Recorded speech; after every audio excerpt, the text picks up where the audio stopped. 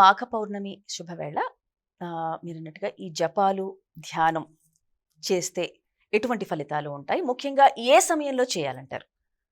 ఈ మాఘమాసంలో సూర్యోదయానికి మునుపే ముఖ్యంగా స్నానాదుల్ని పూర్తి చేసుకోవాలి.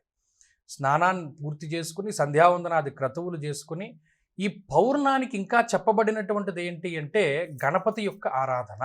ఈ పుష్యార్క యోగమందు కొంతమంది శ్వేతార్క గణపతి యొక్క ఆరాధన చేస్తారు, గణపతి తర్పణాదులు చేస్తారు, లేదా సూర్యుడికి అర్ఘ్యాన్ని ఇస్తారు, లేదా పరమశివుడికి విశేషించి అభిషేకాది కార్యక్రమాలు చేస్తారు, చండీ హోమాదులు చేస్తారు.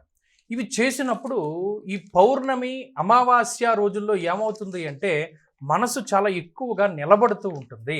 అంటే డీవియేషన్ అది ఉండకుండా ధ్యానం చేస్తూ ఉంటే ఆ ధ్యానంలో ఎక్కువ సమయం ఉండేటువంటి పటుత్వం మనకి లభిస్తుంది. అలాగే కొంతమంది గాయత్రి మంత్ర జపం చేస్తారు, సహస్ర గాయత్రి చేసేటువంటి వారు ఉన్నారు.